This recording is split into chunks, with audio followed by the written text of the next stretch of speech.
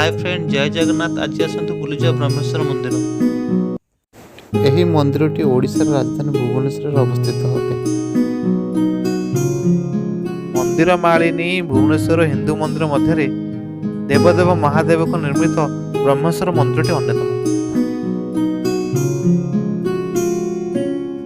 ମନ୍ଦିରର ଚାରିପଟେ ଥିବା ପ୍ରାକୃତିକ ଦୃଶ୍ୟ ଏବଂ ସୌନ୍ଦର୍ଯ୍ୟ ଦେଖି ଲାଗେ ଯେମିତି ପ୍ରକୃତି ନିଜର ସବୁ ସୌନ୍ଦର୍ଯ୍ୟ ବାବାଙ୍କ ପାଖରେ ଢାଳି ଦେଇଛି।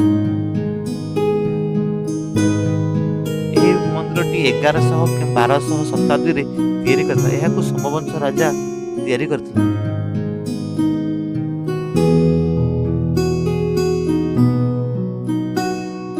ଏହି ମନ୍ଦିରର କଳାକୃତି ଏପରି ଯାହାକି ଓଡ଼ିଶାର ସଂସ୍କୃତି, ଭାସ୍କର୍ଯ୍ୟ ଏବଂ ପରମ୍ପରାକୁ ଦର୍ଶାଇଥାଏ। ଏହି ମନ୍ଦିରର କାରୁକାର୍ଯ୍ୟ ନିପୁଣତା ଏତେ ସୂକ୍ଷ୍ମ ଯେ କି ମୁଁ ନିଜକୁ ଓଡ଼ିଆ ବୋଲି ଗର୍ବିତ ମନେ କରୁଛି।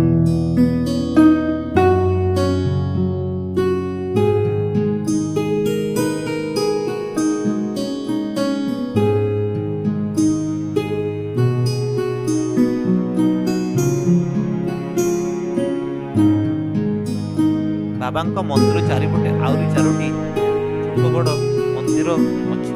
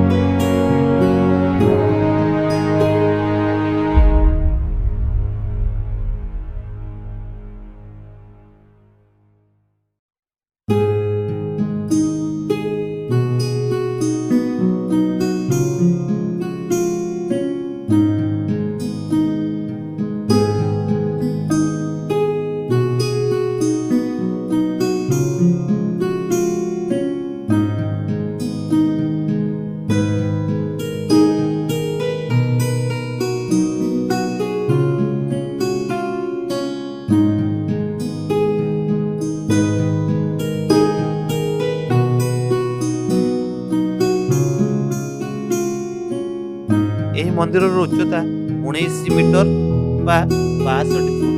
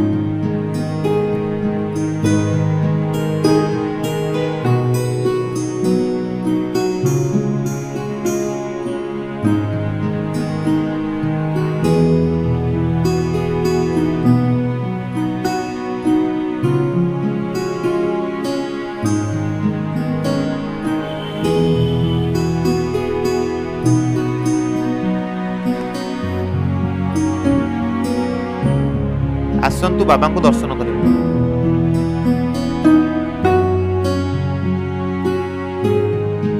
ଆସନ୍ତୁ ଦର୍ଶନ କରିବା ବାବା ବ୍ରହ୍ମେଶ୍ୱରଙ୍କୁ।